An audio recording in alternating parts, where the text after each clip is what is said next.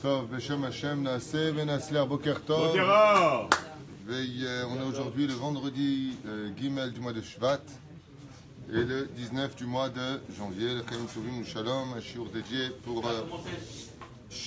l'Hatzlacha, Arvacha, Bechol Maaseh Yadenu. Bezrat Hashem, d'abord de la Shrina Kdosha, Kadosh Baruch Hu. C'est vrai que nous on demande constamment une Beit Knesset, mais Hashem lui-même, le Créateur, n'a pas sa maison. Ren, tous les shiurim sont d'abord dédiés à l'Irvoda chez la Shrina Kdosha Vateora. Sans oublier Claudine Chamesh Abator et Kouka, Félix Ben Esther, Alav Shalom, Kol Ben Israël Bechol Atar Ve'atar, chez Nifteru, Virfoua Shlema, Achlama Meira. D'abord et avant tout pour les Irvodos chez la Baba Salé, puisque ce soir c'est Saïloula, un des plus grands maîtres contemporains qui avait Baruch Hashem, qui avait des kolélim, comme tous les Gdolé Ador ont tous des kolélim, soutenus par des Avrechim, un sujet qu'on essaiera de développer dimanche matin. Est-ce que oui ou non, contrairement au Rambam, est-ce que oui ou non, on a le droit de soutenir d'Avrechim? Est-ce que c'est bien ou est-ce qu'un Avrech a le droit de vivre avec l'argent du Tzibour? La réponse est Bevadaï Sheken, absolument. Et le Rav Ovadia, on a écrit des pages et des pages, comme tous les posquets Ador, contre le Rambam. Entre autres, le Kesef Mishté, comme Rabbi Yosef Karo, pour ceux qui ne sont pas encore à la page de l'étude. Bien. Refoua Shlema Achlama Meira pour Moratimiak de Shabbat Teora, Chaya Bat Miriam, Talia Bat Efrat Miriam, Johanna Yafa Bat Shemesh, David Chaim Ben Noah, Miod, Kol Bnei Israël, Bezrat Hashem, on n'entend que de bonnes nouvelles. Une grande atzlacha, les Chaim Tovim ou Shalom, pour Mordechai Ben Stella, Avraham Ben Israël. Une grande refoua shlema aussi pour Bracharina Bat Faina, Esther Bat Rachel.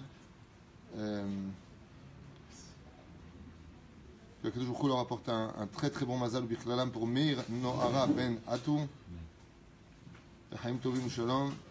Et une grande bracha pour la famille Jérémy Ben Arouche de Los Angeles, qu'on embrasse très très fort. Les Chaim Tovim ou Shalom. On dédiera aussi, oui, Nachon. Ah oui, Irma Myriam, Shakadosh Baruch Hu Yivarech Ota Hi Bechol Mishpachta, pour toute la famille. Une grande refoua shlema pour son frère Even Aoui, le père Aouini Aoui. Shakadosh Baruch Hu leur donne une bonne santé, une grande teshuva, Bezrat Hashem, pour elle-même, la Chaim Tovim ou Shalom, pour avoir une bonne descendance qui crainte à Kadosh Baruch Hu. Les gens, ils demandent. C'est incroyable. Ils demandent des prières pour qu'ils aient la crainte du ciel, pour eux toute leur descendance, avec amour et dévotion. Rien que ça déjà, c'est déjà demander une chose pareille, c'est déjà une grande teshuva, sachez-le. Pour un bon shidur Be'ezrat Hashem, et pour la grand-mère, les Nishmata, Aswa Afala, Zechlona Livracha, que le srout de la Torah vous protège tous. Alors aujourd'hui, on étudiera Parachat de la semaine, Parachat Bo El Paro, qui a ni Irbaditi et Libo. Je ne sais pas si vous vous rappelez, nous avions donné 3 Perushim. Comment se fait-il que Akadosh Baruch Hu Boré Olam, il a endurci le cœur de Pharaon? Vous vous rappelez de ça? On a fait un cours sur ça, je crois, non? Avec vous, je ne sais pas avec qui je parlais de ça. Ah oui, c'était mardi. Bon, allez dans Parachat, c'est pas grave, je reviens très brièvement dessus. 3 Théamim, pourquoi Kadosh Baruch Hu Boré Olam, il a endurci le cœur de Pharaon? La première explication, c'est que il fallait qu'à l'image de ce Cosaque, qui un jour eut un conflit avec un chassid, j'avais expliqué, je crois mardi, il a eu un conflit avec un chassid, ils sont partis au Bet Mishpat, ils sont partis à la maison de justice, là-bas. Et le chassid, dès qu'il est arrivé, il a pris une liasse d'argent qu'il a déposée dans la poche du juge. Le juge s'est arrêté net avec un grand sourire parce qu'il a été acheté. Et de l'autre côté, il le regarde comme ça avec son streimel et ses payes. Et il lui dit, mais n'est-il pas marqué dans vos lois juives qu'on n'a pas le droit d'acheter un juge? Ce n'est pas un interdit de votre Torah? Et le chassid l'a regardé comme ça en lui disant, je n'ai pas acheté le juge, mais j'ai équilibré le jugement. Il lui a dit, je ne comprends pas. Il lui a répondu, Rabbi Shimon Bar Yochai nous dit, Esav sonné les Yaakov. Quand vous avez un Cosaque qui appartient à l'armée du Tsar, qui vient au Mishpat avec un juif, où il y a des pogroms pratiquement tous les mois dans les villages de Russie, là où il y a des juifs, on nous déteste. Quand moi je viens pour un conflit d'argent avec lui, le jugement est déjà à 80 contre 20, avant même que j'ai commencé à m'expliquer, parce que je suis juif. Maintenant que je vous ai mis l'argent dans la poche, j'ai équilibré le Mishpat, ça veut dire le jugement, à 50-50. C'est ce qu'il dit Hachem. Il dit Arshav, entre toi et moi, c'est déjà jugé d'avance. Qui c'est qui peut résister à Dieu? Tu crois que Pharaon il peut résister à Dieu? Alors pour équilibrer le Mishpat, pour que Pharaon puisse par lui-même dire si oui ou non ils vont partir ou pas du pays d'Égypte, alors il est évident qu'il va falloir donner de l'argent dans la poche de Pharaon, Pérouche Lavar, endurcir le cœur de Pharaon. Et la reine, on comprendra pourquoi Hachem, il va endurcir le cœur de Pharaon, non pas pour ne pas lui laisser le choix, mais justement pour lui donner le choix de vouloir ou pas sortir. La deuxième chose qu'on avait expliquée, c'est l'histoire de cet enfant qui était tombé très malade et dont les médecins avaient programmé pour lui une guérison par antibiotique, mais un antibiotique extrêmement amer. L'enfant refusant de le prendre, alors la mère estima que c'était à la nourrice de boire ce médicament parce que son lait à elle avait rendu l'enfant malade. Et donc devant le juge a programmé effectivement et décidé que ce soit la mère qui prenne cet antibiotique et qu'elle continue à donner à manger à l'enfant de son lait, car elle-même se guérirait de sa maladie et guérirait l'enfant. Ainsi l'Égypte a été la nourrice de la naissance du peuple d'Israël qui est né en Égypte, et ayant rendu le peuple d'Israël malade par la Avodah Zara, l'orgueil et tout ce qui s'ensuit, nous ayant fait descendre au 49e degré d'impureté, il était normal que l'antibiotique, qui sont les 10 plaies, eh bien, soient absorbés par les Égyptiens, par l'Égypte elle-même, qui en se guérissant elle-même de leurs bêtises humaines, eh bien, guérirait la Emouna perdue par les enfants d'Israël à cause de 210 ans d'Égypte dans l'esclavage. Troisième explication, parce que quand Hachem il donne une chance à une personne, il vient et il donne toujours une limite, comme le programme, le Rambam, le précise le Rambam dans les Ilchot Teshuvah, c'est qu'il y a des occasions qui s'offrent à nous, j'en ai fait un cours mardi, très très bon shiur à mon avis, et si tu rates cette occasion, basé d'ailleurs selon le Rav Shalom Boaz, il faut aussi donner son nom, si tu rates cette occasion qui t'est apportée, alors c'est dommage, parce que tu as omis de pouvoir entrer dans une porte facilement, et donc Hachem te redonnerait une autre occasion de faire tes chouvas, mais dans des conditions beaucoup plus difficiles. Avant, tu pourrais faire tes chouvas, mais tu n'étais pas avec une fille. Et voilà que tu as raté cette occasion de faire tes chouvas, tu vas te retrouver peut-être 2 ans, 3 ans plus tard à vouloir faire tes chouvas, seulement tu es tombé amoureux d'une Goya, par exemple. Et là, ça devient vraiment très très dur. Pourquoi? Parce que tu as raté une occasion, c'était beaucoup plus simple. Et plus tu avances dans le temps, plus ça deviendra dur. C'est pour ça qu'il y a marqué ici, avec chaque lève par haut. Pharaon, jusqu'à la 5e plaie, il aurait pu faire tes chouvas très très facilement. Et puis, en fin de compte, eh bien, il fera teshuva dans des conditions encore plus difficiles et on avancera dans le pays jusqu'à la mort des premiers-nés. Et Pharaon acceptera de payer le prix de la mort des premiers-nés et Barsaf, il acceptera de laisser partir les enfants d'Israël. Moi, j'ai une question à vous poser avant de commencer. On est dans le livre Or HaChama. Quelqu'un m'a posé la question, il m'a dit qui est l'auteur? C'est le Rav Moshe Horev. Voilà. Bien. Tu peux savoir. C'est le fils, je crois que c'est le fils du Rav Haim Hori de Tunis. Baruch Houri, pardon. Tant pour moi. Alors, Hamim Houri, la famille Houri. Pourquoi Dafka? C'est quand même un peu curieux tout ça. Moi, je ne sais pas. Si je suis Dieu, je fais ce que je veux. Hachem fait ce qu'il veut. Michael, pourquoi est-ce qu'on a besoin de l'autorisation? Ça veut dire que même quand il y a la 10e plaie, qu'est-ce qu'il lui dit? Il lui dit, va chez Pharaon, et à la 10e plaie dans cette paracha de Bo, donc on a 7 plaies dans la paracha de Vaera, et 3 plaies dans la paracha de Bo. On a expliqué l'an dernier, 7 sphirotes artonot et 3 sphirotes élionot. On parle de sphirotes au niveau de 7 et 3, toujours. Les sphirotes, c'est pas 10. C'est 10, mais en réalité, c'est 7 et 3. 3 et 7, si vous préférez. Alors, pourquoi Dafka a-t-il besoin que Hachem, excuse-moi de dire quelque chose qui va peut-être vous choquer, mais on a l'impression que quand tu lis les textes, Hachem, il descend au niveau de Pharaon.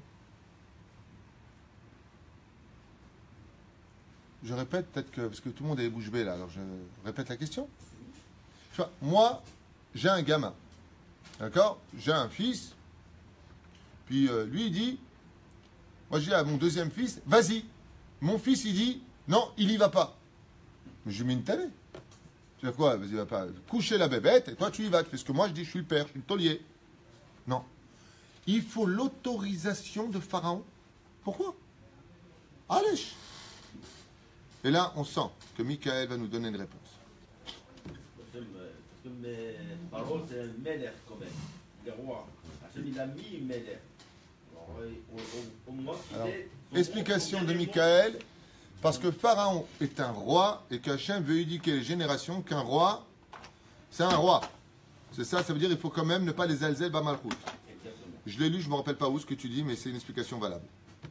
C'est-à-dire, Hachem, noten, kavod la malchut. Autre explication de savoir-vivre, par exemple. Pourquoi Hachem, Boré Olam, il demande l'autorisation. Ma. Comme il a fait avec la demande pas l'autorisation au Malachim de faire à Adam. Il veut faire participer ces créatures pour. C'est bien, la première, c'était bien. Ouais, c'est Tombé. Maurice. Hacher. Hachem, à chaque fois qu'il envoie une épreuve à la personne, lui-même se l'inflige. Est-ce que dans les nations du monde, c'est la même chose que le fait qu'il va lui faire, les épreuves qu'il va faire, donc il va à son niveau. C'est pas mal. T'as compris, mais c'est pas mal. Je suis Ah. pas sûr qu'Hachem peut faire Je ce l'ai vu. qu'il veut. Oh, intéressant ce qu'il vient de dire. Alors, M. Ziligman, Lévi, nous dit, bah, c'est pas sûr qu'Hachem, il peut faire ce qu'il veut. dans la mesure où c'est Hachem qui nomme les rois. Attends. Là, il vient de dire quelque chose qui est pour moi un sujet de cours. Très intéressant. Est-ce que Hachem peut faire ce qu'il veut? Agnès. Pour vous, oui ou non? Non. Hachem, il ne fait pas ce qu'il veut. Et pourquoi il ne ferait pas ce qu'il veut, Hachem? Parce qu'il a créé d'autres que lui. Oh, Il est limité par la création. parce qu'il a créé Un autre que lui. un autre que lui. Ça veut dire quoi? Tu parles bien entendu des hommes. Vous êtes d'accord avec ce qu'il dit? Hachem, il ne fait pas ce qu'il veut? Hachem, il a créé un système avec des règles. Qui Est-ce qu'on peut avoir est-ce qu'on pourrait avoir des exemples que Hachem ne fait pas ce qu'il veut? Pour moi, de dire que Hachem ne fait pas ce qu'il veut, c'est de la kofroute. Kofer Batora, celui qui dit une chose pareille, pourtant, c'est pas Kofer Batora. C'est-à-dire, je peux te donner autant d'arguments qui prouvent que tu as raison, qu'autant d'arguments qui prouvent que tu as tort. Par exemple, aujourd'hui, il y a une mosquée sur le mont du Temple. Pourquoi Hachem ne construit-il pas son Beth Amikdash, qui vient du ciel ou qu'on construise, peu importe, ok? On pourrait croire que Hachem ne fait pas ce qu'il veut, il attend quelque chose. Donc il n'est pas dépendant de lui-même, il est dépendant Non, mais c'est sa volonté d'attendre quelque chose. Et de l'autre Sa côté, volonté voilà. d'attendre que l'homme Israël fasse ses choix. Donc, et de l'autre côté, il fait ce qu'il veut Hachem. Et ben, s'il n'y a pas de temple, tu peux être certain, c'est parce que Hachem, pour l'instant, ne veut pas. Voilà. Donc, c'est tirer un petit peu sur quelque chose de très ambigu. Là, tu m'emmènes vraiment vers un cours où on peut rester très longtemps sur le sujet. Tu sais, un jour, quand j'ai fait Tchouva, on m'avait posé la question, est-ce que Hachem pourrait créer, s'il peut tout faire, une pierre tellement lourde que lui-même ne pourrait pas la lever? Et là, c'est ambigu parce que tu te dis, mais s'il peut créer une pierre qui soit tellement lourde, c'est Dieu. Donc, que lui-même ne pourrait pas lever, donc en fin de compte, il va créer quelque chose que lui-même ne pourrait pas faire. Donc, tu vois, cette question-là, elle laisse un grand point d'interrogation, parce que si tu dis, non, il n'y a pas une chose que Dieu ne pourrait pas lever, ça veut dire qu'il n'est pas capable de créer quelque chose que lui-même ne pourrait pas lever. Donc Dieu est limité dans sa création, puisqu'il n'aurait pas pu lever. Et si il est capable de créer une pierre tellement lourde que lui-même ne pourrait pas la lever, c'est-à-dire que Dieu ne peut pas non plus tout faire. Donc on est coincé des deux côtés. C'est un peu ce que tu viens de dire. Très intéressant, sujet philosophique. Il y a une question avec le ratson de la personne. Hein? Il y a une question avec le ratson de la personne, c'est que tant que Paro a ce ratson de vouloir faire garder les enfants d'Israël, ben quelque part, rien ne tient devant le ratson et qu'il va falloir maintenant toucher un point faible. Ouais, c'est pas mal aussi ce que vous dites. Bon alors, je vous réponds comme ça, comme je ne veux pas vous laisser dans le noir. La réponse, elle est que oui et elle est que non. Dieu peut absolument tout faire et ce serait vraiment Hachem Ishmor de dire une kfirut, Torah, un renégat de la Torah qui dirait une chose pareille. Mais de quel degré Hachem on parle? Par exemple, prenons le cas où explicitement le roi David nous dit Dieu ne peut pas tout faire. Ténoroz l'Elokim. Donnez de la force à Dieu. Mais pourquoi Dieu a besoin de force? On dit tous les matins dans Odou, prix des Teilim, Ténoroz l'Elokim. Donnez de la force à Dieu. Si Dieu il a besoin de force, c'est que quelque part il y a des moments où il a de la faiblesse. Donc il y a un truc qui ne va pas. Réponse très simple. À qui on a demandé de donner de la force? À Dieu ou à la tribu de justice de Dieu? Oh. On a demandé de donner de la force à la tribu de justice d'Hachem. Dieu lui-même, lui, pas le Dieu qui se dévoile à travers des attributs. C'est pour ça que je dis que votre question est ambiguë et que c'est un sujet pour lui-même. Les attributs divins, eux, ne peuvent pas tout faire. Parce qu'ils sont limités dans un monde de rotation appartenant à la création du monde dans lequel lui-même, le créateur du monde, dans ses attributs, s'est assujetti. C'est-à-dire que le créateur du monde est obligé de suivre un système de justice. Donc l'attribut de Dieu, lui, ne peut pas tout faire. Comme le chesed d'Hachem. Dieu, il pourrait tout faire dans son chesed. Yudke Vavke, que ce soit Ekie, que ce soit Elohim, que ce soit Tsevakot, que ce soit Anochi, que ce soit tous les attributs qu'on puisse lui donner, ils appartiennent à un monde dans lequel il est obligé de respecter certaines règles. Donc, s'il est obligé de les respecter, ces règles, ben, il ne peut pas faire autrement. Mais Hachem, le créateur du monde, lui-même, il fait ce qu'il veut, où il veut, s'il veut, quand il veut. Voilà où est l'ambiguïté de cette question.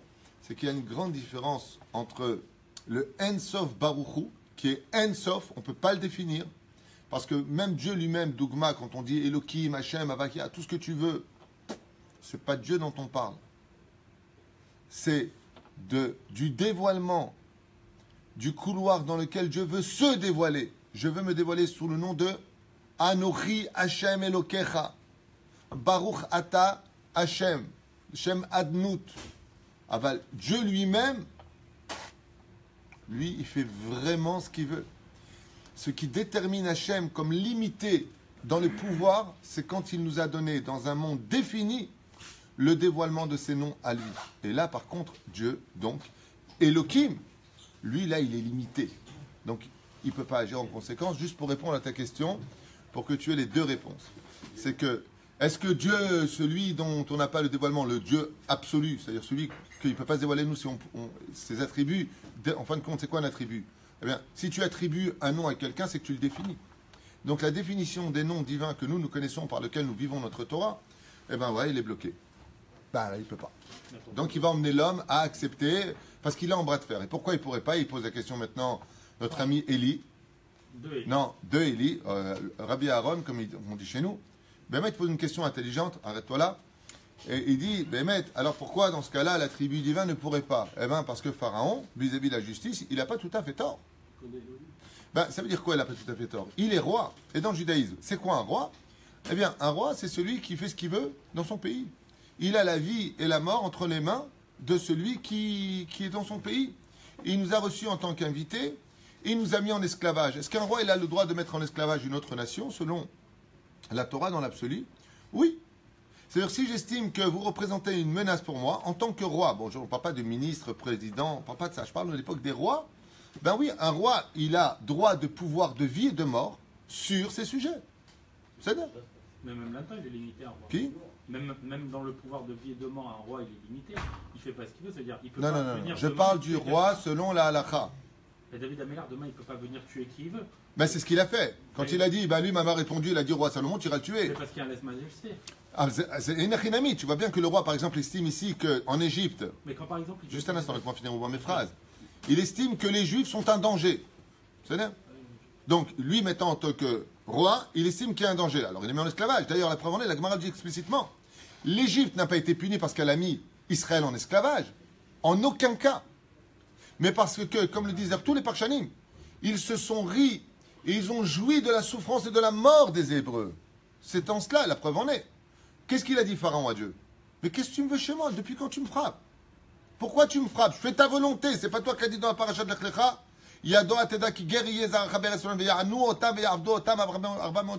C'est pas toi Hachem qui a fait un décret. Bon alors moi je suis ton pion, tu veux me frapper? C'est comme si je dis, si tu continues, Yitzhak, fais-moi plaisir, tu prends mon fils, tu lui mets une tannée.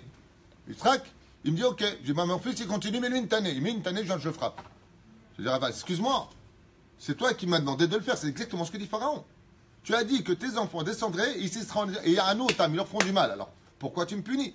La Gemara nous répond à cela en disant, Nachon, Pharaon Tzodek, par rapport à Elohim. Ça veut dire que, d'ailleurs c'est pour ça que Pharaon refuse de rencontrer Yudke Vavke. Vous avez remarqué? S'il lui avait parlé d'Elohim, Pharaon lui aurait dit, ah ouais, tu viens en son nom, viens faire un bras de fer. Mais quand il lui a dit, Shelach et ami v'yavdoni, je viens au nom de Yud Kevavke, Avaya. Leiber mon père pour qu'il vienne travailler. Qu'est-ce que répond Pharaon? Mi Hashem Sheshma Bekolo. Il lui a dit, mais je ne connais pas ton Dieu là, celui-là. Moi, je connais Elohim. Moi, Yud Kevavke, le Dieu de la bonté qui surpasse les droits de la justice, celui-là, je ne le connais pas, il lui dit. C'est-à-dire que Pharaon, quelque part, ben, il se met du côté des tzadikim. C'est pour ça qu'il dit Hachem, Vani, comment dire Hachem tzadik, Vani, Ve'ami, Rechaim. Et il y en a qui disent qu'il faut comprendre que la phrase de Pharaon, c'était de dire Dieu est tzadik, Et moi aussi. et moi et mon peuple, on est Rechaim. D'accord? Mais en réalité, il faut le lire Dieu est tzadik, et moi. Et mon peuple, Rechaim. C'est-à-dire que lui, Pharaon, il ne comprend pas pourquoi, et d'ailleurs la preuve en est. Quand il en vient à mourir, Pharaon, dans l'eau, dans la paracha la semaine prochaine, qu'est-ce qu'il dit? Il dit, qui est comme toi, Dieu? Macha Mocha, ça fait combien Gematria? 86, Gematria Elohim. C'est-à-dire que lui, Pharaon, avec qui il a un problème? Avec Yud Kevavke, la tribu de Yud Kevavke, mais il n'a aucun problème avec Elohim. Pour lui, selon Elohim, il est Besséder. C'est-à-dire, pourquoi il n'a pas peur des plaies? Parce qu'il dit à Hachem, ce que tu fais, toi aussi, tu n'es pas Besséder, excuse-moi. Et la preuve en est. Je te dis par exemple, écoute ce que je veux dire. C'est vrai. Ou tu fais ce que je te dis, ou je te mets une gifle. Dans la condition que je viens de te proposer, ou tu fais ce que je te dis, ou je te mets une gifle. Regarde bien. Je t'offre un choix ou pas? Je t'offre un choix. Ça veut dire que, ou tu fais ce que je te dis, ou je te mets une gifle. Si je t'ai mis la gifle, est-ce que tu dois faire ce que je t'ai dit? Non. Parce que j'ai accepté la gifle. Eh bien, c'est exactement ce que fait Pharaon. Pharaon dit, ou tu libères mon peuple, Dieu dit à Pharaon, ou je t'envoie une plaie, tu vas morfler. Qu'est-ce qu'il dit Pharaon? Banco, je morfle. Donc je ne suis pas obligé de les libérer. C'est-à-dire que même dans la justice, étant donné qu'il s'agit ici de bras de fer entre la plaie et la libération des enfants d'Israël, ben vous voyez que Pharaon, il dit banco, je paye.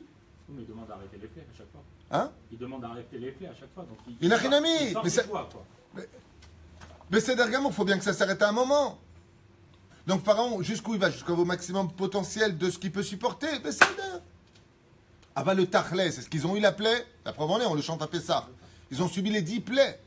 Donc Pharaon, d'ailleurs la preuve en est, si tu vas selon ce principe, à la 10e plaie, est-ce qu'il libère des enfants d'Israël Pharaon avant la plaie ou après que la plaie? Donc pourquoi il les a libérés? Puisqu'il a accepté de payer le prix. Vous vous rendez compte qu'il n'y a rien qui va dans l'absolu au niveau logique? Il y a un truc qui ne va pas. C'est parce que le combat, il est complètement ailleurs. Alors que le combat de Pharaon face à Hachem, c'est un combat qui est complètement en dehors du ring tel que nous, on pourrait le comprendre. Le méchant Pharaon face à Dieu. Pas du tout.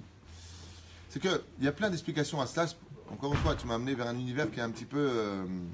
tu vois, j'avais le livre ici, le Rachama, et ben sauf on s'en éloigne. Ça vous intéresse? Ouais. Intéressant d'essayer de comprendre. Parce que, tu vois, je te dis, ou tu me payes 10 000 shekels, ou je te mets une gifle. Tu dis, ok, mets-moi une gifle. Bah, t'as la gifle. Bah, donc tu me dois pas 10 000 shekels. C'est exactement ce qu'on voit. Si tu laisses pas, tu auras ça. Ok, alors donne-moi ça, et je te laisse pas. Je fais ce que je veux.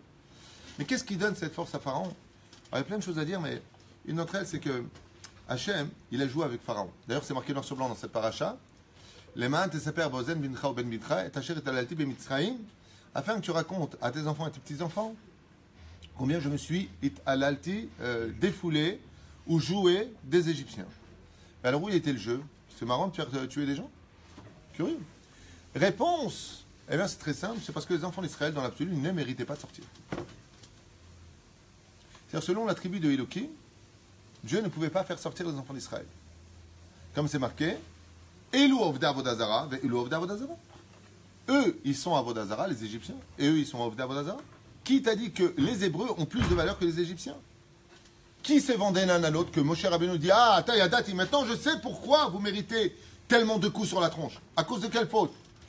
Le Lachon Hara, on était des délateurs en Égypte. On se vendait les uns les autres.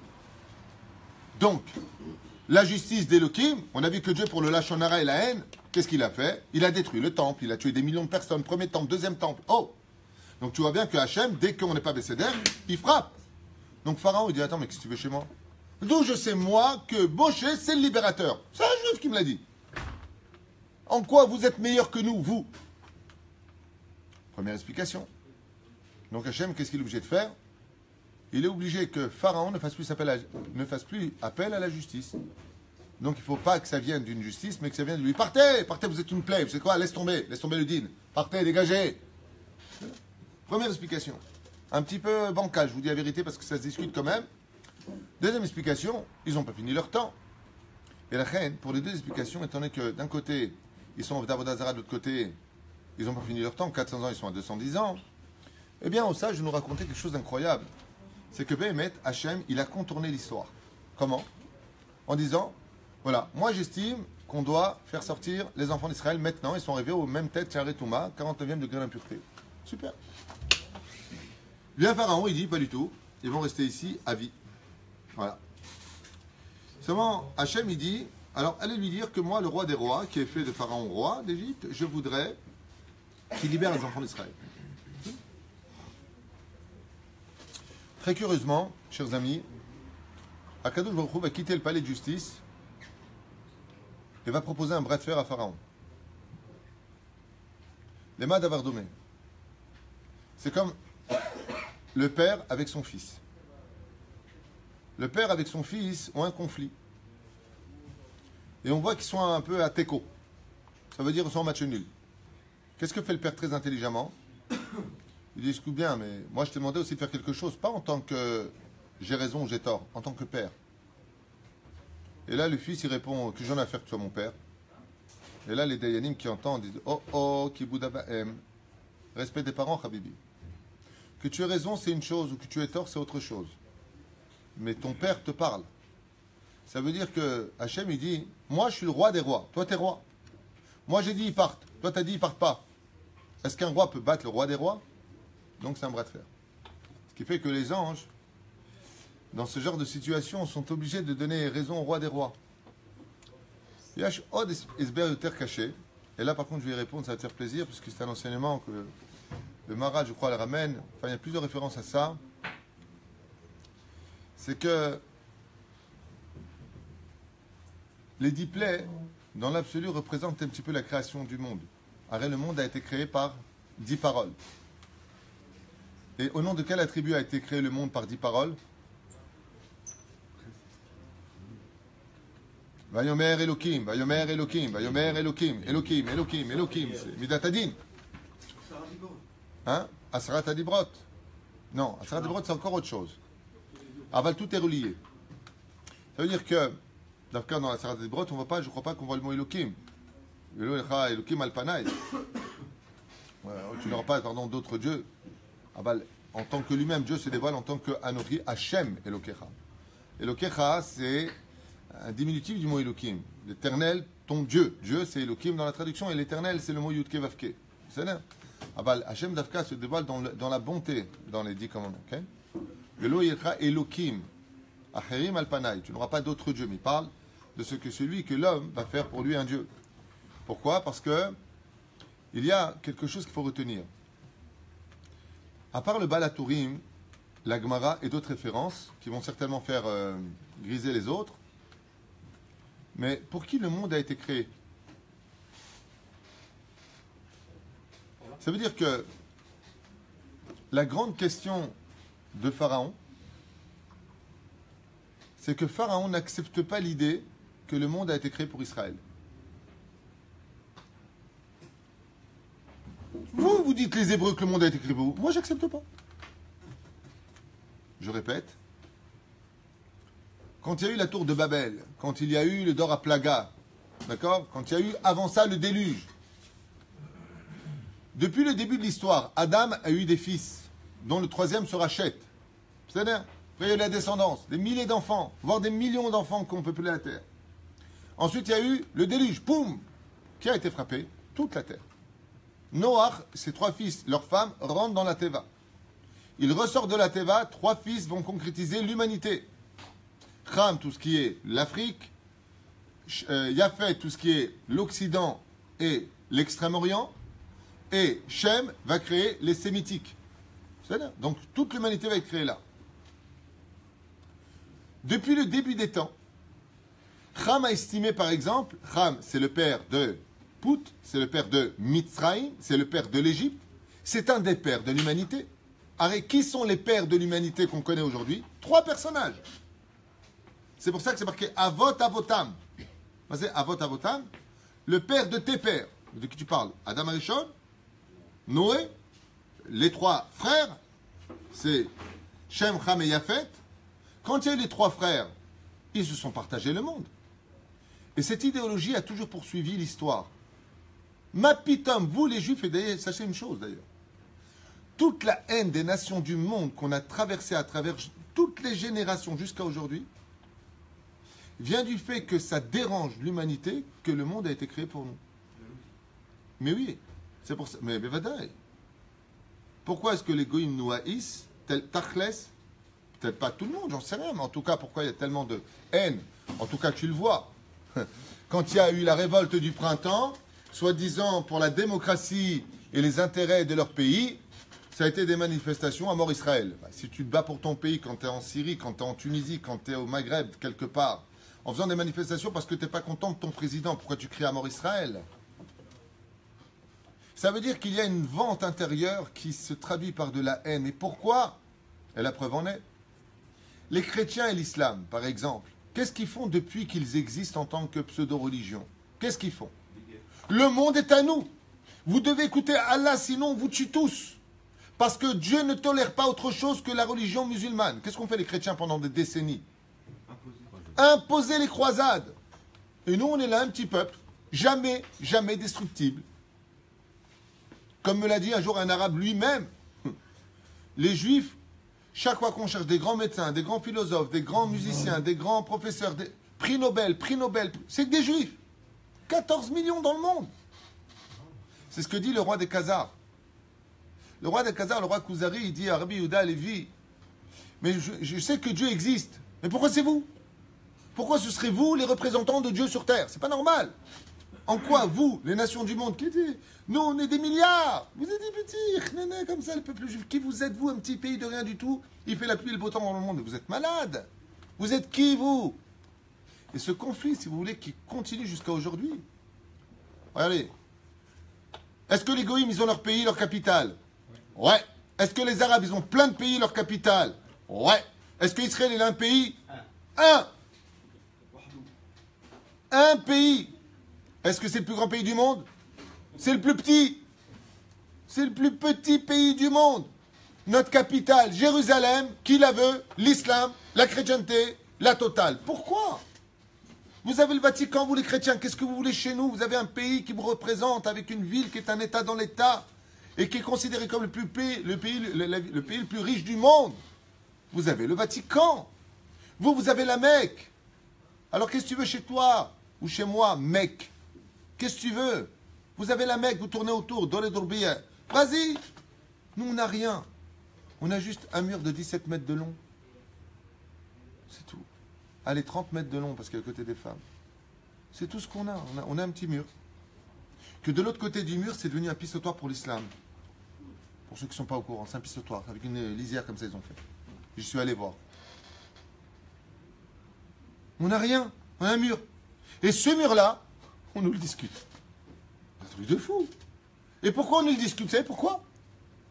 Parce que le conflit d'intérêts qui démarre dans cette paracha-là, c'est que quand vient Dieu et qui dit « Libère mon peuple afin qu'il me serve », Pharaon, il dit « Mais pas du tout. Le monde n'a pas été créé pour eux. La nature obéit à toutes les nations du monde. Si tu me dis qu'Israël est l'équivalent des Français, des Arabes, des Chinois, de qui tu veux, ça le fait. Mais Asher Bahar Banu Mikol Ha'amim Venatan Lanu et Torato, Baruch Ata Hashem Noten Torah, que Dieu vous a donné à vous, son pays à lui, sa Torah à lui, sa promesse qu'on ne sera jamais exterminé à nous. Mais c'est intolérable pour les nations du monde. Pour qui vous prenez les Juifs? Donc tout ce que vous avez, c'est à nous. Parce que le fait qu'on arrive à vous spolier, à vous brûler et à vous prendre ce que vous avez à vous, c'est une façon de prouver à l'histoire que le monde n'a pas été créé pour Israël. Chose qui révolte l'humanité. Et c'est le combat de Pharaon. Et c'est pour cela que Hachem ne veut pas, c'est pas qu'il ne peut pas, mais Hachem n'est pas intéressé du tout à endormir toute l'Égypte, qu'on sorte tranquille pendant que tout le monde dort, ou alors ils sont tous paralysés comme ça, ouais, comme à l'époque des vieux films, la quatrième dimension. D'un coup, le village, il s'arrêtait comme ça, le temps passait, et il restait bloqué pendant 2 jours. Voilà, en 2 jours, on serait tous sortis d'Égypte, on aurait pu ce qu'on voulait en Égypte, on serait sortis. Et puis Hachem, il aurait fait Alzheimer, ils oublient tout, et puis ils ont oublié même qu'on était en Égypte, comme ils ont oublié qu'un jour, il y avait un roi qui s'appelait Yosef, au niveau du Pshat. C'est là. C'est mignon, c'est sympa comme truc, et on est sorti d'Égypte. Mais Hachem, il a un combat à amener. Et le combat qu'il a amené, c'est de relever l'honneur de la nation juive. C'est-à-dire que Hachem est en train d'annoncer aux nations du monde une révolte, mais quelque chose qui est révoltant. Imaginez un petit peu, je vous mets un petit peu à la place des goïms. Imaginez que vous soyez tous mes enfants, je suis votre père. Ça va? Je suis votre père. Imaginez comme ça.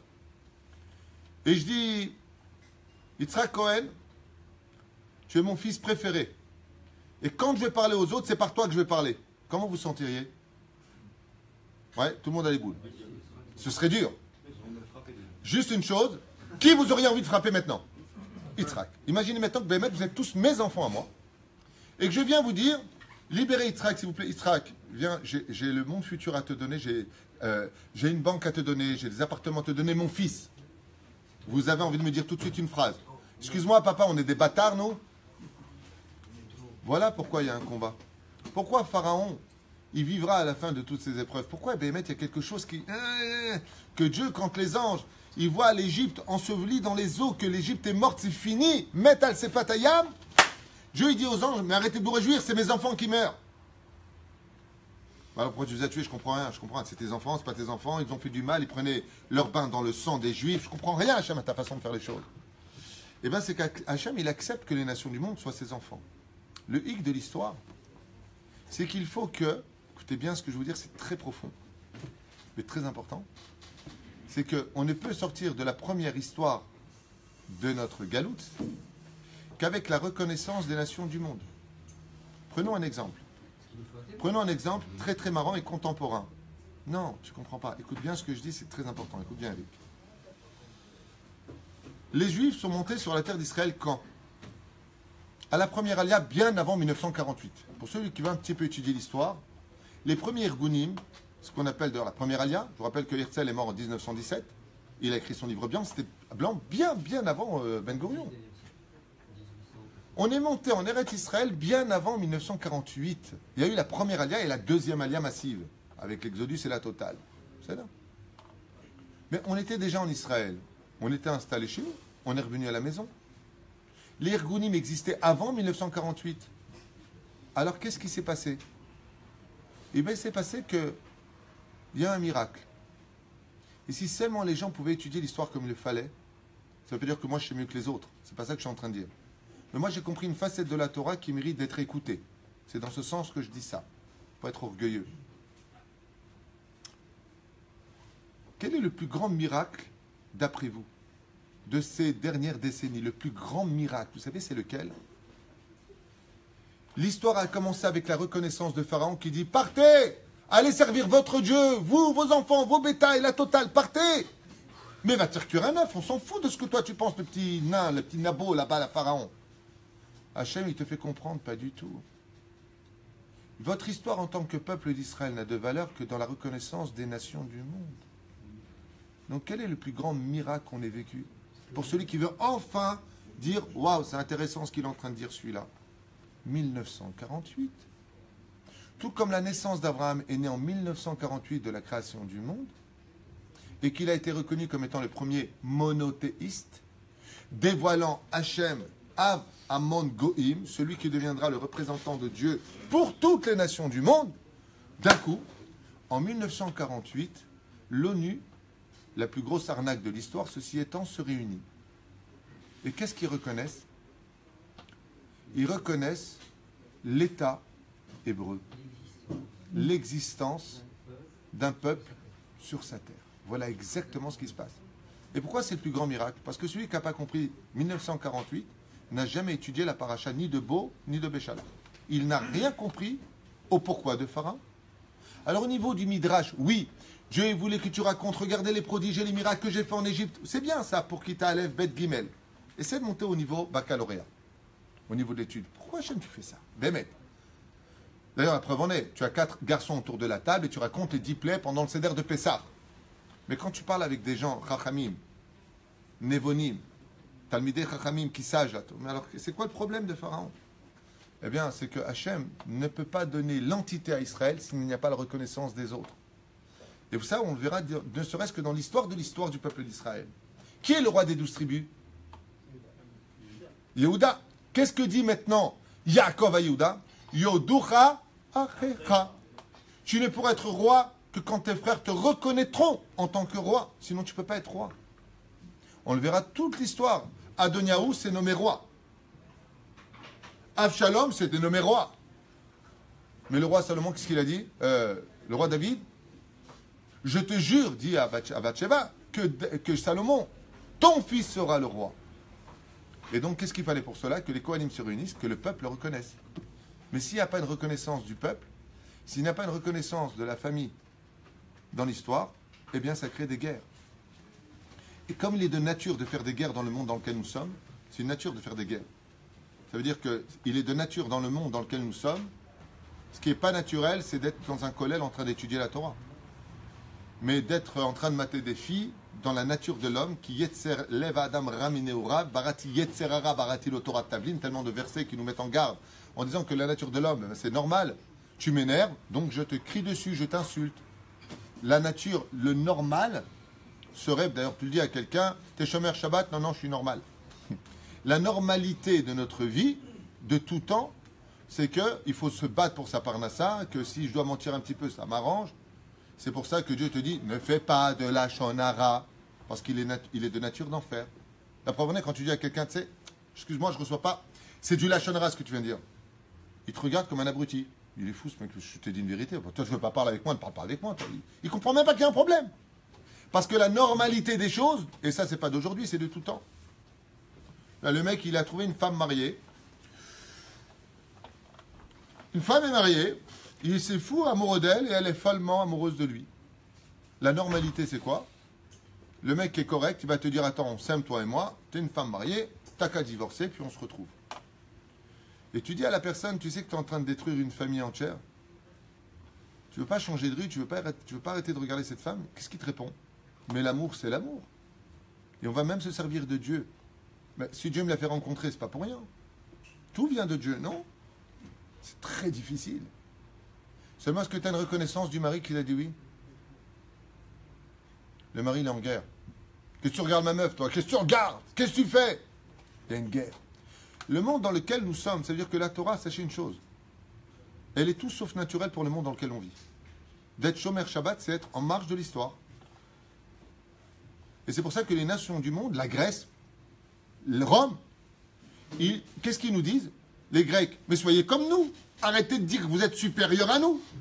Bon, on ne le dit pas. C'est Dieu qui nous a mis dans cette situation. Quand certains rabbinim qui m'exaspèrent un peu en ce moment, à comparer Israël aux nations du monde.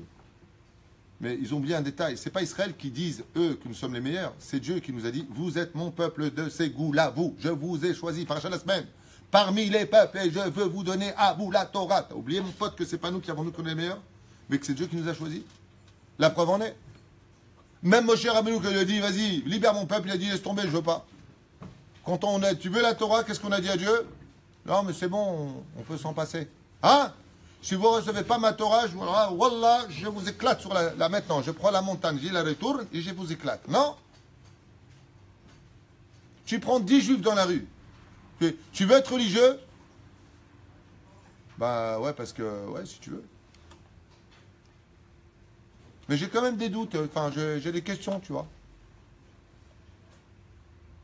Si Dieu nous a choisis en tant que peuple, c'est parce que, comme le dit la Gemara dans Matzechet Betzakaf et Amud Bet, c'est parce que c'est un challenge. On est le seul peuple de l'histoire à être capable de remettre Dieu en question. Dieu lui-même. Donc, pour être Dieu, il faut bien qu'il ait un peuple qui soit digne de ce nom. Comment est-ce qu'il nous définit Hachem? Am Kesher Oref. Un peuple à la nuque raide. Vous comprenez la différence où elle est? Ça veut dire que Pharaon, pourquoi est-ce qu'on a besoin de lutter contre lui? Parce que si Pharaon ne nous renvoie pas, on ne peut pas être, nous, le peuple d'Israël. Ça veut dire que le Kiddush Hashem, c'est pour ça que la pire des choses, excusez-moi, écoutez bien, ouvrez bien grand vos oreilles. Si vous voulez étudier une Torah un peu plus élevée, c'est pas compliqué. La vraie valeur d'Israël ne peut exister que dans la reconnaissance des nations du monde. C'est pour ça que la Gemara nous dit qu'Israël doit être au-dessus de la halakha. Par exemple, le Rav, il a acheté une vache à un goy et puis il a découvert qu'il y avait un diamant. C'est ce que raconte la Gemara.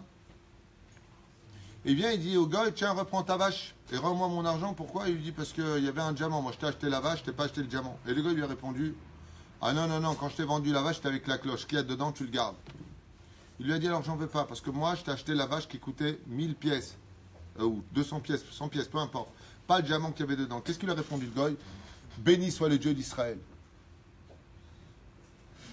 L'histoire de Rabbi Yonatan ben Torta, Yochanan ben Torta. Il vient et lui dit, tiens, je t'achète ta vache, le juif. Il vient pour la faire travailler le Shabbat, le goy. Il a acheté, le goy, la vache au juif, et la vache refuse de travailler. Il lui a dit, hey, ta vache, elle bosse pas, tu m'as vendu un animal qui ne veut pas travailler. Il lui a dit non, parce que c'est Shabbat. Il lui a dit, alors ça veut dire quoi, c'est Shabbat? Il lui a dit, ben, parce que tout ce qui appartient au tzaddik devient shomer mitzvot, et ma vache n'a jamais travaillé le Shabbat, elle a la gdusha de Shabbat en elle. Il lui a dit, mais qu'est-ce qu'il dit, rabbin, là? Qu'est-ce qu'il raconte, tu là?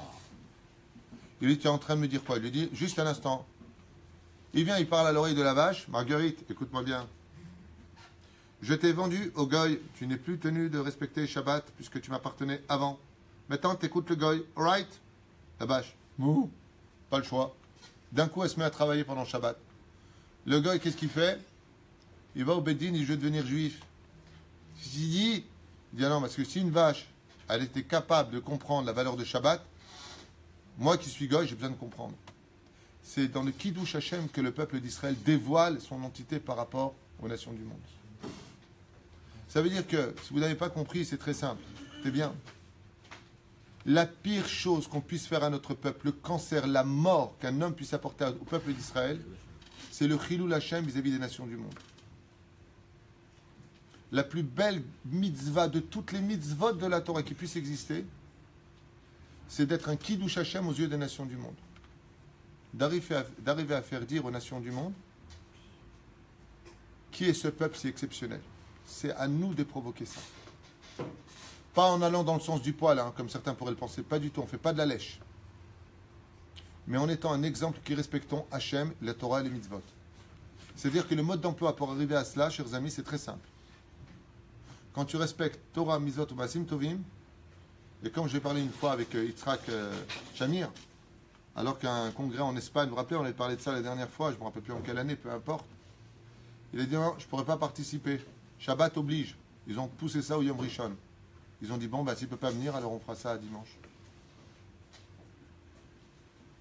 Quand Manitou était invité au Congo, là-bas dans les pays africains, il était très respecté par le monde des non-juifs. Manitou était un homme qui apportait l'entité du peuple d'Israël avec des réponses à la chrétienté, à l'islam et aux nations du monde. La seule différence entre lui et les autres, c'est que Manitou n'a jamais emmené chez Genève à faire ce qu'il faisait lui. Lui était armé et il y allait.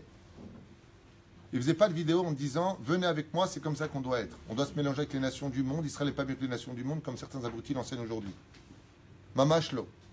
Manitou Zecher Tzadik Kadosh Ivracha, c'était un homme extraordinaire. Je n'étais pas d'accord avec toutes ces d'autres, je vous dis la vérité, pas que moi, Rabbanim non plus. Aval, il avait une Torah très avant-gardiste.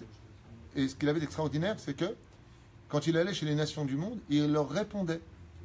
Comme Athènes, par exemple, les sages d'Athènes reconnaissaient la grandeur du peuple d'Israël. Quand le roi Alexandre le Grand est arrivé devant Rabbi Shimon HaTzadik, il s'est prosterné devant lui. Il ne s'est pas prosterné parce que Dieu lui a mis un couteau sous la gorge. Hein. Attention, tu te prosternes, c'est le Kohen Gadol, mon pote. Non. Il s'est prosterné parce qu'il a reconnu la grandeur d'Israël. Au château des Ranchiers, là-bas, à ce qui paraît, ouais, à PJ, quoi. Ils font collection des kippotes et des chapeaux noirs. Financière, si tu préfères. Là où ils ont emmené Maurice. Ouais, ils l'ont emmené là-bas. Comme il faisait les ménages avant, il faisait le ménage là-bas. Non, j'ai quelqu'un qui a été emmené, le pauvre. Lui, il m'a fait vraiment de la peine. Pourquoi il a été emmené? Parce que toute sa vie, le mec, il a toujours été honnête. Juste une fois, on lui a eu un gros chèque et il ne pouvait pas l'encaisser. Et juste ce jour-là, on lui a dit ben, va chez telle personne, lui, il fait donne-lui ton chèque, il va te donner de l'argent. Et il a hésité. La seule fois où il est allé, c'est quand la PJ est rentrée, tac, ils ont tous arrêté, il était dans le filet. Il a dit hop, jamais j'ai été là. Il a été libéré le soir. Ils n'avaient aucun dossier sur lui. Effectivement, ils étaient sur écoute. Et jamais, il a dit, c'est la première fois de ma vie, voilà, prenez le chèque. Moi, je connais un colosse. Quand il a été emmené là-bas, il a dit comme ça chez la juge, il y a plein de chapeaux. Elle fait collection en se moquant de la Torah des Juifs. Quel chiloul Hashem. Quel chiloul Hashem. C'est un grand chiloul Hashem. Quand on voit des rabbanim, enfin 10 rabbanim, qui représentent la Torah et qui sont arrêtés parce qu'ils font de la vente d'organes, comme ça s'est passé, hein? C'était au Canada, c'est Oui, au Canada, aux États-Unis, en Ukraine. C'est très isolé. C'est des, Bevadaï que c'est des cas isolés, mais tous les Chilul Hashem sont des cas isolés chez nous. Par exemple, quand on parle de problème de Shlom Bayit, c'est-à-dire, il y a quand même beaucoup plus de mariages que de divorces. Il y a beaucoup plus de juifs superbes que de juifs qui manquent de s'améliorer. Dans l'ensemble, Am Israël Kedoshim. On est un peuple extraordinaire. Mais c'est pour ça d'ailleurs que ta réflexion est juste et normale. Parce que quand tu as une nappe blanche, sur quoi tes yeux se rivent? Sur la petite tache noire. Mais quand tu as une nappe noire et que tu as une tache blanche, tu vois le noir. La différence entre, et je sais que ce que je vais dire ne va pas vous plaire, mais j'y peux rien. Mais la différence entre Israël et les nations, c'est que Israël, c'est une grande nappe blanche et que tu peux trouver un rachat à droite ou à gauche, peut-être. Mais les nations du monde, dans l'ensemble général, c'est une nappe noire dans laquelle tu peux trouver 1000 petits points blancs sur une très grande, très grande nappe noire que tu ne verras même pas. C'est toute la différence.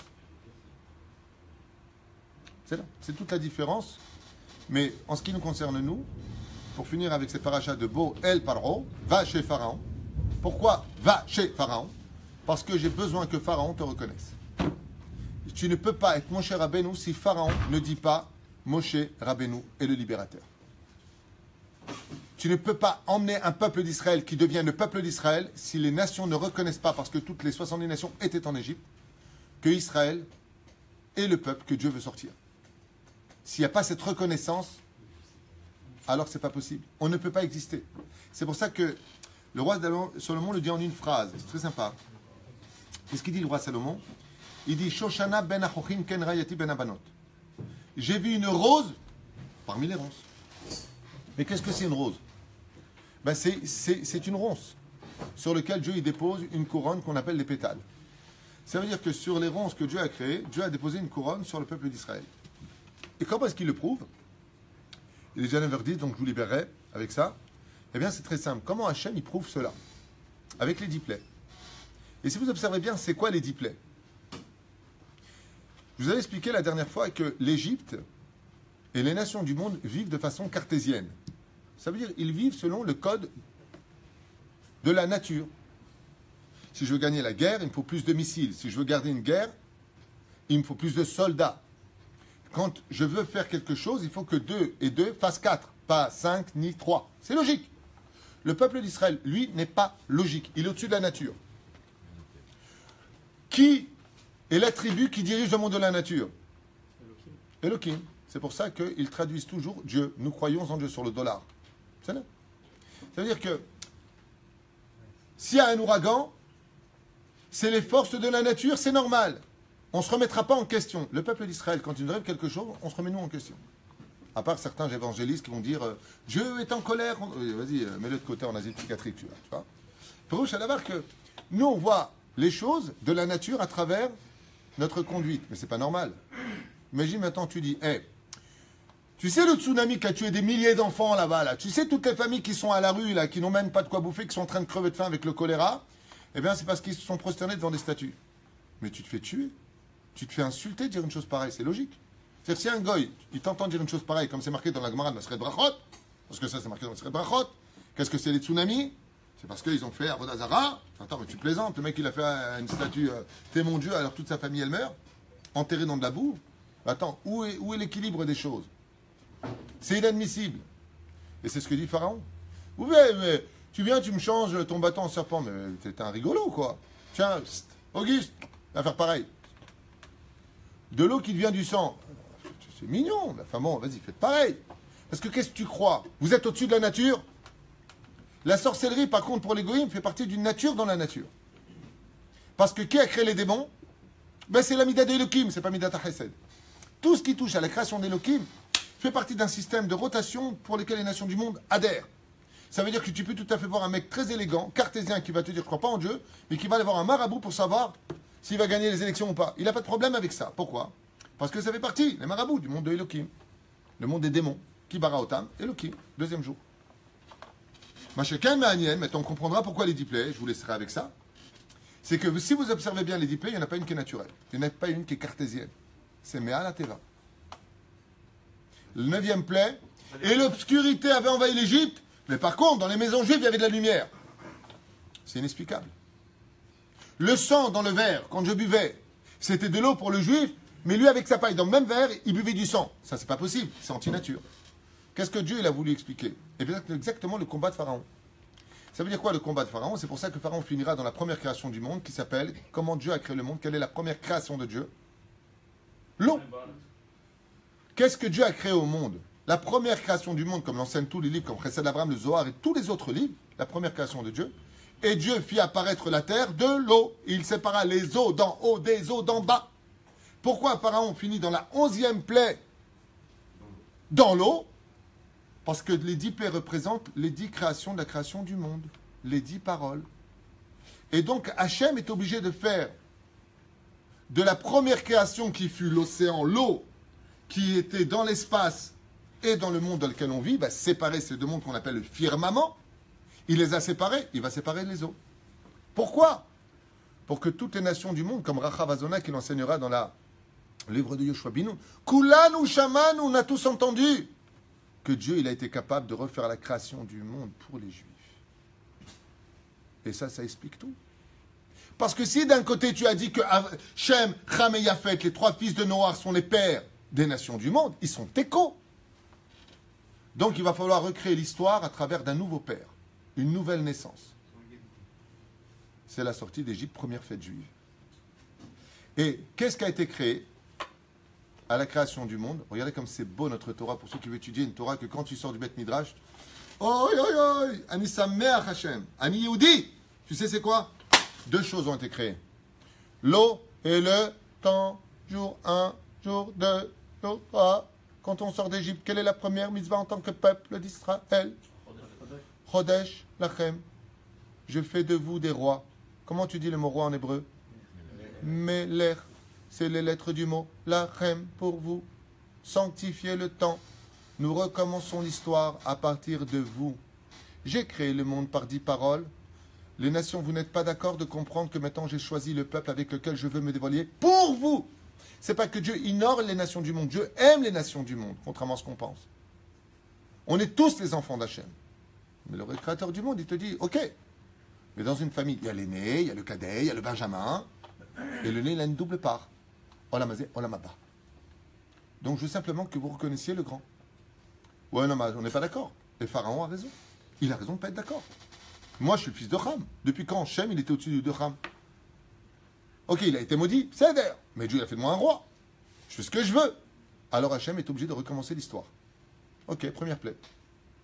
Quand tu crées quelque chose, quelle est la première substance qui apporte la vie? Le sang. Le sang, dans quoi? 70% de toutes les créations, pratiquement, sont imbibées de 70% d'eau. Pourquoi 70%? On est 70% d'eau, vous savez, le corps humain? Parce qu'il y a 70 nations. Et de transverser de l'eau qui devient du sang, c'est toute l'histoire de la création. Quand tu crées un bébé, c'est du sang qui se coagule, les molécules sont du sang. Quand tu coupes de la... Même du bois, il y a du sang. C'est du sang blanc, ça s'appelle de la sève. Aval, il y a cette molécule qui est en réalité de l'eau. Tout était de l'eau, comme le disent les scientifiques bêtement aujourd'hui. Ah, l'homme, il vient d'une éponge marine. Pourquoi? Parce que tout était eau avant. Sodec. Le monde a été rempli d'eau.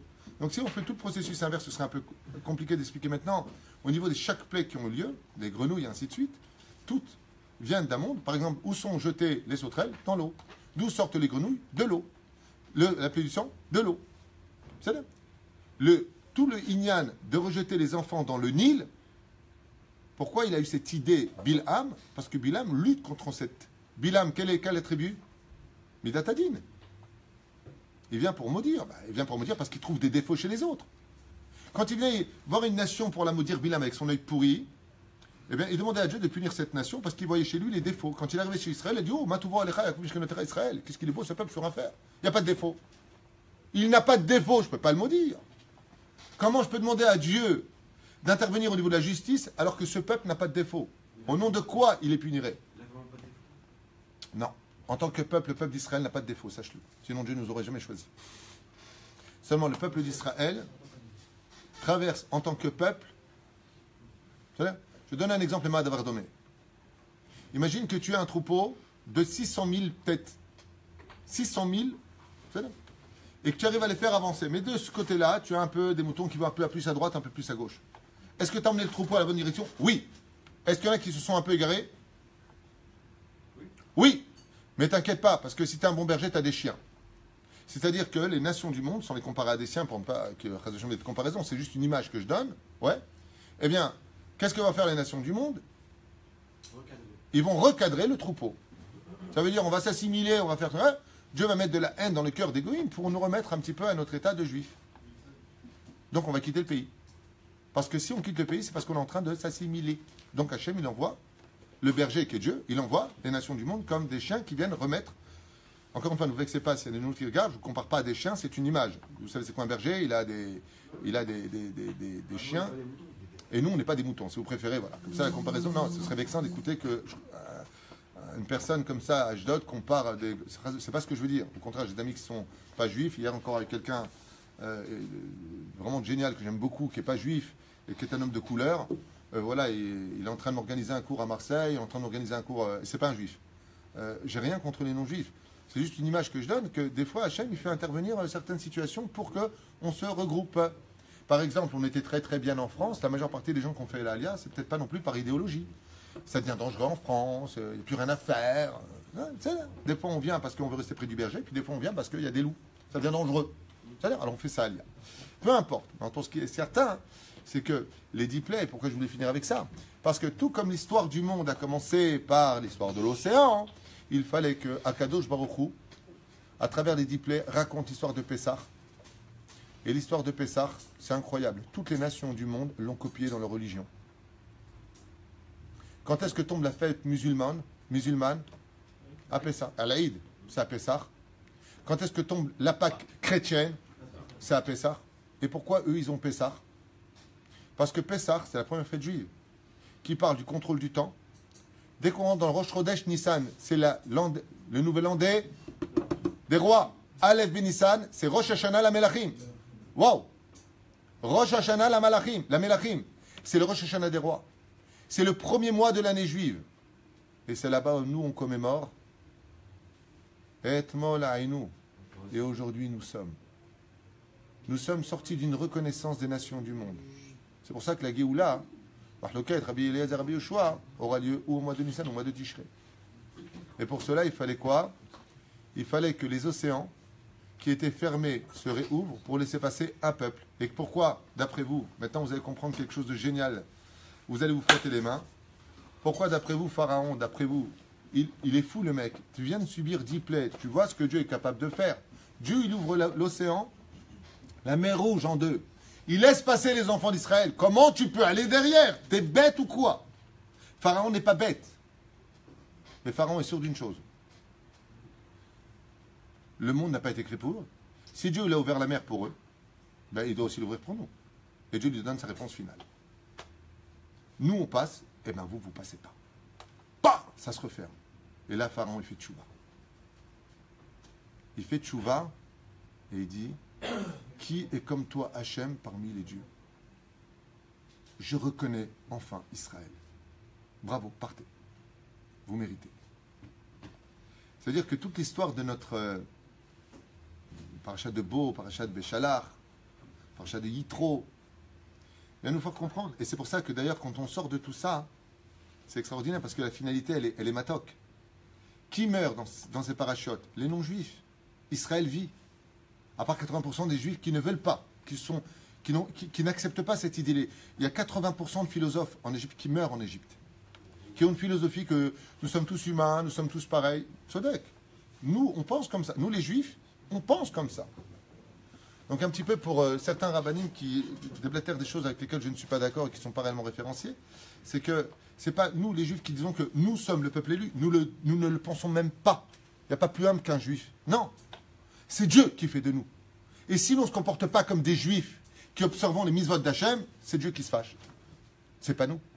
Vous ne faites pas attention. Hein. Vous ne faites pas Shabbat, ce qu'il a. Je vous tue. C'est marqué plein de fois, tu n'es pas au courant. Alors le juif lui dit, non, les gommes ils ne travaillent pas, ils travaillent le Shabbat, moi je travaille le Shabbat. Je ne veux pas être comme. Dieu dit, mais je t'ai choisi, baba. Le pas qu'il est lourd à porter. Hein? Le pas qu'il est lourd à porter. Ouais, mais il est tellement... Tu as raison. Imagine, je te demande de lever un sac de 50 kilos pour aller à ta voiture, je te paye 50 000 euros. Il est lourd le sac? Pas du tout. D'un coup, il va me dire, donne-moi 2 sacs.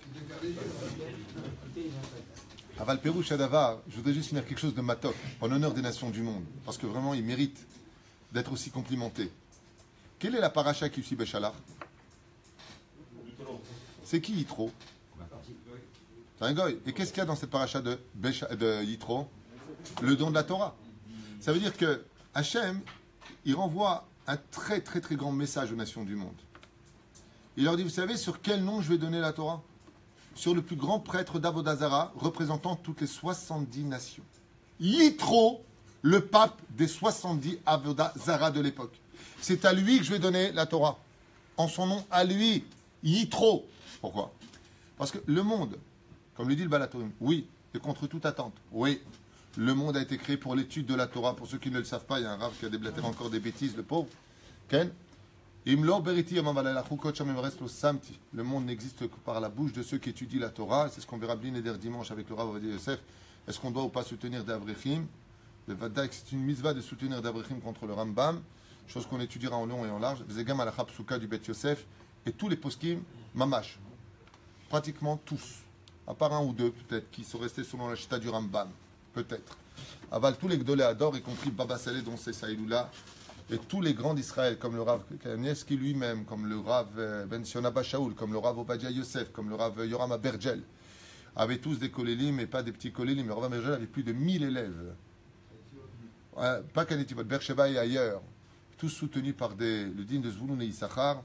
La reine, n'écoutez pas toutes les bêtises qu'on peut vous déblatérer pour vous mettre à l'aise. Fais ce que tu veux, fais ta Torah comme tu veux. Si quelque chose te dérange, mon Dieu, ce qu'on peut entendre comme bêtise. Si quelque chose te dérange, laisse tomber, fais pas une étude qui te prend le rasra. Ça veut dire, laisse les gens dans leur médiocrité, que personne n'évolue.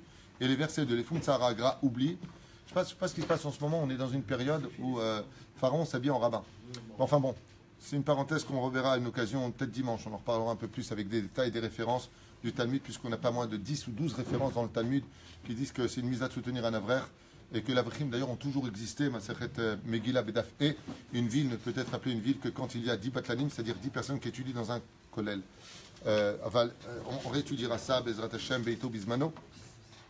Mais la reine, eh bien, pour répondre aux nations du monde, pourquoi Dieu il a décidé de donner la Torah d'Afka dans une paracha, où il donne la Torah au nom des Yitro représentant les 70 nations, pour dire que dans cette part d'appartenir à l'élite des nations du monde, les nations peuvent appartenir à l'élite des nations du monde s'ils viennent aussi chercher sa Torah au Arsinaï. C'est-à-dire s'ils viennent respecter les 7 lois de Noé, s'ils viennent reconnaître l'existence et le droit d'Israël à être Israël, eh bien, alors, ils auront leur part au même niveau qu'Israël. Les Mahad Avardomé. Un jour, une échelle est rentrée en guerre l'un contre l'autre. Qu'est-ce qui s'est passé? La moitié de l'échelle a dit à l'autre moitié de l'échelle en bas, et moi je suis supérieur à toi. Alors l'échelle d'en bas, elle a regardé, elle lui a dit, t'as raison, mais si t'es en haut, c'est parce que moi je te précède. C'est ça le tafkid d'Israël. Si Dieu nous a mis pour être les barreaux de l'échelle supérieure, c'est parce que de l'autre côté, il y a des barreaux inférieurs qui nous fait de nous une échelle supérieure. Mais ensemble, Israël et les nations, c'est une entité. Vous savez à quoi ça ressemble dans l'image que j'aimerais donner? Quand je vois l'histoire d'Israël et des nations du monde, j'y vois une très belle plume que l'on tient dans sa main. Mais la seule chose qui écrit l'histoire, c'est l'encre. Et l'encre, elle se tient sous le bout de la plume. L'histoire d'Israël et des nations du monde, c'est que la plume, c'est les nations du monde. Mais le pic de la plume avec lequel il y a de l'encre, c'est l'histoire d'Israël. C'est-à-dire que toute l'histoire des nations du monde n'existe que par rapport à l'existence d'Israël. C'est ce que disent les sages que j'ai étudiés dans les livres. Pourquoi est-ce que tu me parles ici? Voici la descendance de Esav et voici la descendance de... Pourquoi tu me dis tout ça? J'en ai à faire, moi, de savoir qu'il s'appelait un tel et un tel et un tel. Réponse pour arriver à Yitzhak. Tout ça pour arriver à qui? À Yitzhak. Comme ça explique le Balatourim. Tout ça pour arriver à Israël. Donc, tu vas suivre un cheminement pour arriver à quoi? À Israël. L'histoire d'Israël fait vivre les nations du monde. Et c'est quelque chose de très dur à entendre quand tu es un goy. Tu as envie de tuer le mec qui dit une chose pareille. Mais pour qui tu te prends? C'est ce que voulait faire Pharaon. Pharaon n'est pas d'accord en disant mais je ne veux pas d'une chose pareille. Et Moshe va lui prouver que Dieu est capable de recommencer toute l'histoire de la création du monde et que la nature est capable de se renverser pour faire naître le peuple d'Israël, pour lui dire qu'Israël est au-dessus des forces de la nature. Chose que Pharaon a du mal à vivre. Et le jour où il prend qui est-ce que Pharaon voit mourir dans ses mains? Son fils. Quel fils, s'il vous plaît? Qui sont ceux que Dieu tue à la fin de la dernière plaie? Les Bechorim. Et c'est qui le Bechor? L'aîné. Quel est le message que Dieu veut lui faire comprendre? Tu vois bien que je te tue tes aînés. Quel est le message qu'il veut lui dire? Tu admets donc qu'Israël, c'est l'aîné des nations ou pas? Tout simplement. Voici un petit peu, je m'excuse peut-être d'avoir choqué certaines personnes dans ce chiour, je vous demande pardon. Aval tidou lachem. Et maintenant que vous avez entendu ce que vous avez entendu, vous aurez compris un petit peu mieux l'histoire de la création et du pourquoi de notre peuple, de la haine des nations du monde en ce qui nous concerne, qu'aujourd'hui, et ça vraiment ça fait rire, vous savez quel est le plus gros souci aujourd'hui des 70 nations qui sont au bord d'une guerre civile et d'une guerre internationale? Le plus gros problème des nations du monde dans le globe de la terre, c'est que Jérusalem ne soit pas la capitale d'Israël. Mon Dieu! Ça veut dire que aux États-Unis, sont des millions de familles à crever de faim. Les pays sont en train de se bouffer les uns les autres. Des intérêts économiques qui dépassent l'entendement humain. Et toutes les réunions du monde sont sur si Jérusalem sera la capitale ou pas. Mais vous vous rendez compte? Je ne sais pas si vous comprenez ce que je vous dis. On gèle de l'argent, l'ONU se réunit, c'est impossible, une guerre mondiale parce que Jérusalem devient la capitale? Mais en quoi ça fait une guerre mondiale? En quoi ça vous dérange? Est-ce qu'il y a plus accueillant que les Juifs? Tachlès. Nous, quand on a les Arabes qui sont venus dans notre pays, on leur a fait les rues en arabe. Les Russes sont venus dans notre pays, on leur met les noms en russe. Soyez chez vous, on est... Barhaba ya habibi. Les Arabes eux-mêmes en Israël me disent... Les Arabes, c'est ce qu'ils m'ont dit, eux. Il m'a dit, ah, là, quel dommage. Depuis 1967, on n'avait jamais fait autant d'argent avec les Juifs. De quoi vous parlez? Il me dit, après, quand ça s'est calmé, après la guerre 70 et tout ça, les Juifs, ils venaient acheter dans nos villages le Coca-Cola, les cigarettes. Qu'est-ce qu'on faisait comme argent avec eux? Depuis qu'ils sont venus le Hamas, ils nous ont menacés, ils nous ont poussés, ils prennent nos enfants et les incitent à la haine du Juif. Ils nous ont pourri la vie. Eux, les Arabes eux-mêmes me le disent. Baruch Adonai l'olam amen l'amen. שנזכה להגדיל תורה לאדירה. אתה אומר, אתה